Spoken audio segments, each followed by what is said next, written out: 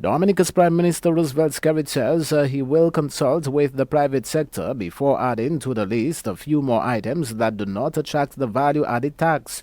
The Prime Minister made the disclosure this week when he updated the public on the 100 days promise made during the December 18 general elections. In addition to rice, flour, sugar, milk and other items used in the production of goods and services that do not attract any payment of VAT, government has considered some additional items for inclusion on the list of zero-rated VAT items. We are currently in discussion with the private sector to reaching a final decision.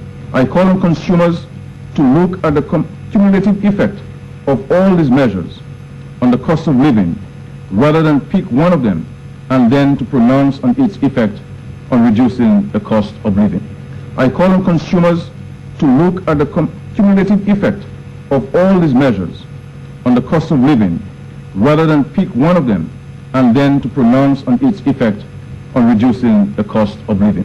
You will note that two of the measures can only come into effect following the approval of Parliament. Prime Minister Roosevelt Skerrit. Meantime, government's proposal for the creation of an employment agency within the first 100 days in office is on stream. The Prime Minister says this is one of the promises Parliament needs to approve before it takes effect. Cabinet has approved the establishment of an employment agency and has directed that the small business unit be merged into that agency so that economies of scale may be realized in the operation. The Ministry of Trade is currently engaged in finalizing staffing and operational arrangements and preparing budget estimates for the reconfigured unit. Minimum pay of $1,000 per month to full-time government employees. Detailed reviews of this measure by the Establishment, Personnel and Trading Department have revealed that it applies only to government non-established employees, since no employee within the permanent establishment receives less than $1,000 a month. The Cabinet has directed that the hourly rate of all non-established government employees be increased to a minimum of $5.77 per hour with effect from April 1, 2010. As a result, no non-established worker who works for hourly 40 hours per week, will henceforth receive less than $1,000 a month. Prime Minister Roosevelt Skerrit. The Prime Minister has left the island to attend a two-day regional security meeting in Barbados. United States Secretary of Defense Robert Gates is to meet with the regional leaders during the one-day visit, and he's expected to meet with senior national security officials from CARICOM during the one-day meeting today in Barbados. An official statement said that he would be discussing the security challenges facing the sub-region and how the United States can work with the regional security system to strengthen the region's capacity to meet these threats. Emmanuel Nanton of the Prime Minister's office spoke to Carry News on Thursday. Prime Minister Roosevelt Skerrit left state this afternoon for a meeting in Barbados with the regional security system and the U.S. Undersecretary of State for Defense. The Prime Minister has been accompanied by the Minister of National Security, that is Honorable Charles Savary, and in his absence, Honorable Justin Charles, Minister of Culture, is acting Prime Minister. United States Chargé d'Affaires at the United States Embassy in Barbados, Brent Hart, said he is hopeful that the discussions will advance the common efforts to ensure that the RSS is effective in meeting the evolving challenges posed by organized crime, drug trafficking cartels, terrorists, and natural disasters.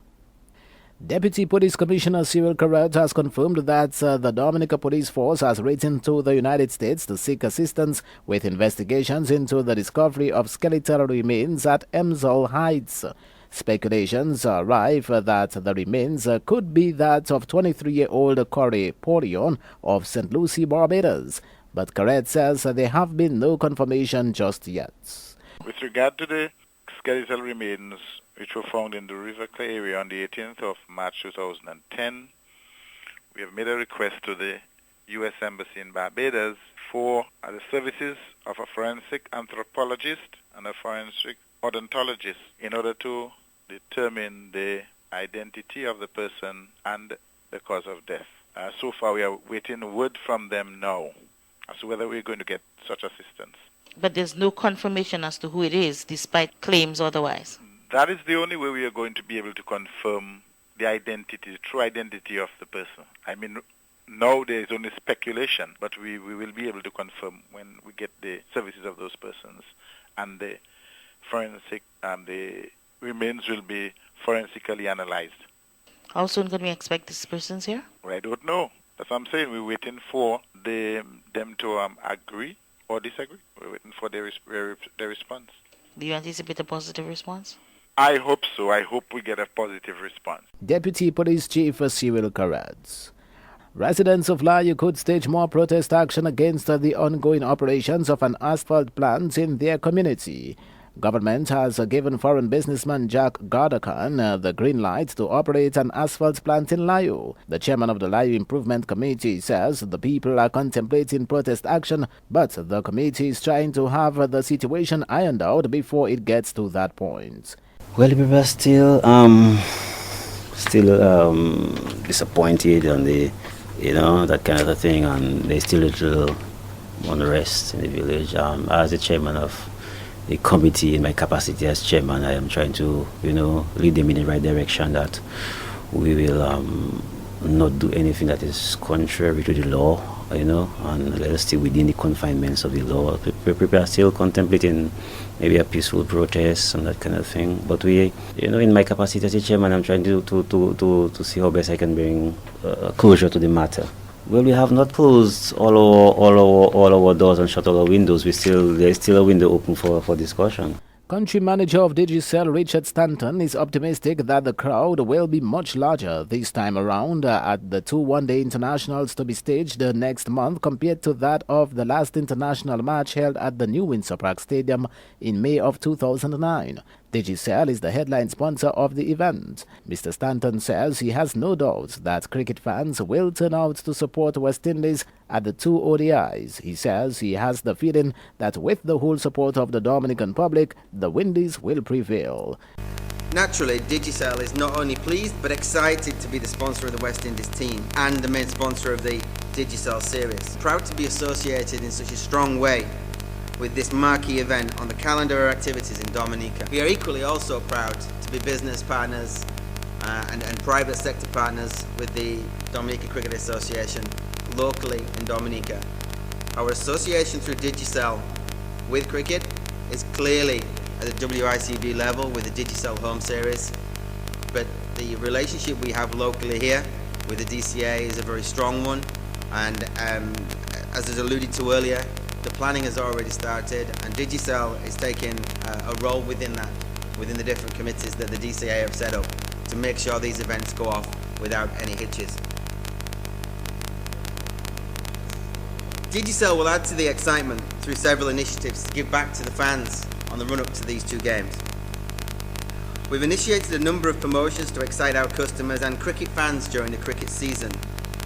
We will be offering the opportunity to win some fantastic cricket prizes, signed bats, signed jerseys, caps, tickets to the games, and probably the one that will most excite some people, certainly the ladies in Dominica, who I'm sure would want to meet Chris Gale. We will also be offering an opportunity to meet the players over cocktails at our welcome cocktail party for the teams. Kyrie FM is the main partner station for the event. And we have been broadcasting cricket for a very, very long time as a radio station. And for those of you who don't know, Kyrie FM, we have developed a family concept. So when you talk about Kyrie, you talk about Crazy Teas. When you talk about Crazy Teas, you talk about Crazy Coconut. You know about the entertainment center. For those of you wishing to get married and you want to have your reception, you can book the Crazy Coconut. And those of you who want to print your t-shirt, anything you want to print can be printed for you at Crazy Teas. And Kyrie FM, you know that we have the best of programming. We are the most flexible radio station.